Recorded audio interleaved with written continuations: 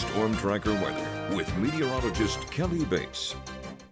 Good morning, I guess. Yeah, definitely morning.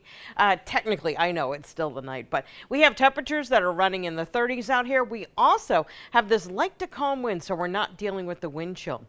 We are expecting precipitation, and if it were to move in now, we would, of course, be talking about some rain. But as this area of low pressure gets closer to us, it's going to spawn another area of low pressure that's going to be coastal. It's going to develop. It's going to intensify.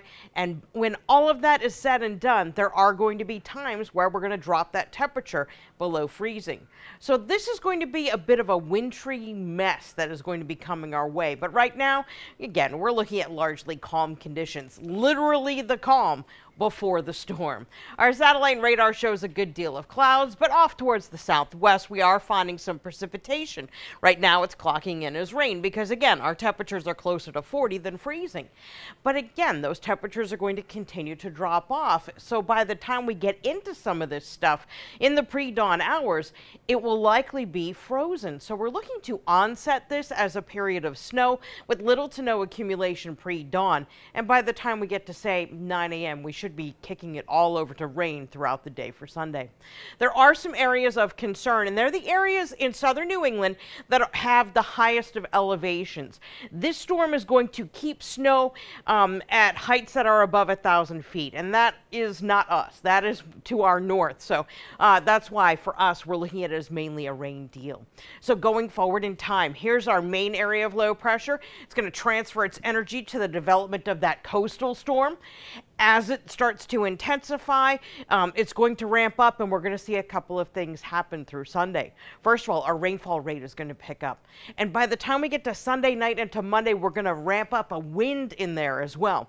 It's not going to be super duper gusty. Winds gusts will be around 35 miles per hour. But it is just yet another facet of this multifaceted storm.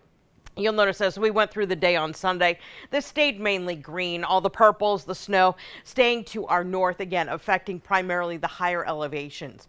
But as the storm leaves, as we go to Monday, we are expected to pull in air from the north. Again, pretty aggressively, about 35 miles per hour in gusts. And that's going to kick us back over to snow as we finish this whole thing off. But you'll notice the nature of it isn't a solid sheet of precipitation. It's showery in nature. So any accumulations we see are going to be light, and our maximum accumulation expected here in our corner of southern New England, 1 inch. That's what we're looking at. So it's not going to be a blockbuster of a system, but still, when you're dealing with temperatures that are going to be sliding above and below freezing, and also wet and possibly slippery roadways, it does mean one of our impacts from this storm will be travel. So we could see some disruption there. And also, when we start to pick up our winds, we are expecting some high seas, and that could lead to some pockets of beach erosion. So those are our number 1 and number 2 concerns.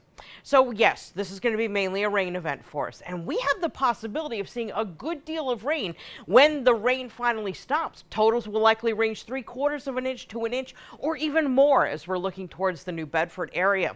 And this is interesting because if we add another inch or so to our chart here, we right now are in number 2, second place for most precipitation in Providence for the months of December and January. We could come close to becoming number 1, so stay tuned. So for tonight, again, a chance of a wintry mix developing very late, near dawn, and then that wintry mix very early in the morning changes over to rain, little to no accumulation.